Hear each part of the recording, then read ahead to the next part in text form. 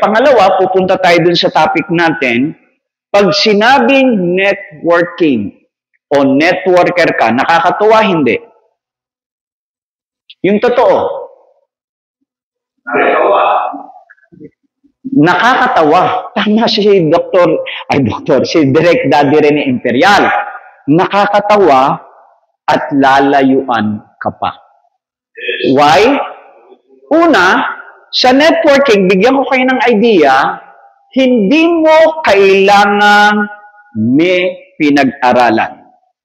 Second, walang age limit as long na kaya mong magbayad. Tama po ba yun? Pangatlo, hindi kailangan ng personality asset. Gwapo ka man o hindi gwapo, pwede ka sa networking. Pero bibigyan ko kayo ng idea, dahil walang qualification nito, ang tingin nila kapag network marketer ka ay isang mababang nilalang ka. That's reality.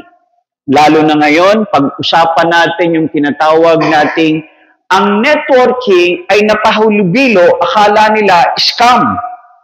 Pagkatapos nun, pumasok pang tinatawag nating mga scam, mga investment.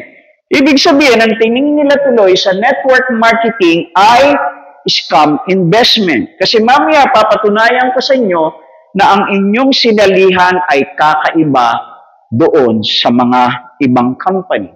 Why? Ulitin ko, meron akong kakilala, dating basurero, ngayon nurse na sa Amerika at yumaman dahil sa industriya ng network marketing.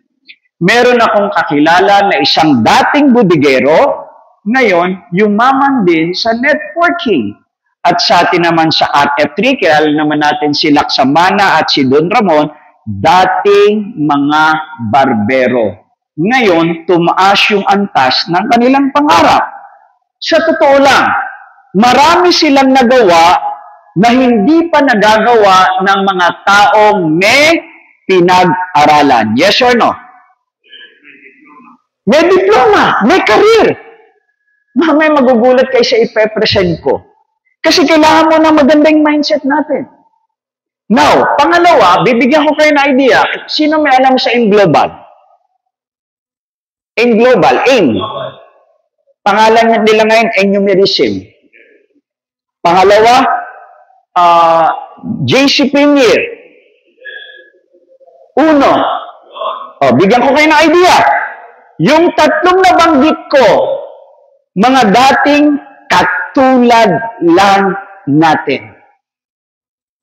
Ulitin ko, katulad lang natin, pero nakagawa sila ng maraming milyonaryo at ang matindi pa, yung mga may-ari na binanggit ko, mga bilyonaryo.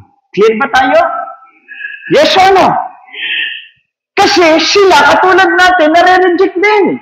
Katulad ko, kahit maganda yung testimony, nare-reject din.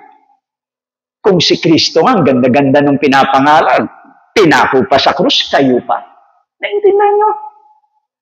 Ang kakaibahan lamang nila sa atin is the word of John. Ang sabi ni Steve Jobs, nung minsan in-interview siya, 1985, the difference between successful people, okay, kunan mo to, brother. Okay, ulitin ko. Karamihan ng mga kaibigan ko na nabanggit kong mga pangalan, walang iba kundi ang UNO, ang AIM Global o Enumerism, pati sama na natin ang JC o JC Premier. Sila ay nagsimula na katulad nyo, katulad ko, na hindi ganon kayaman. Ibig sabihin, sila ay natulad sa atin na isang network marketeer. Pero ang kagandahan sa tatlong ito, nakagawa ng daang milyonaryo. Ibig sabihin, o higit pa. Ibig sabihin, na-develop nila hindi lang yung personalidad ng mga tao, binigyan ng pag-asa yung mga tao, at pinayaman pa yung mga tao. Whether you believe it or not, ang tatlong kumpanyang ito, ang may-ari nito, ulitin ko, katulad natin, isang network marketer lang. Pero ngayon, mga bilyonaryo na.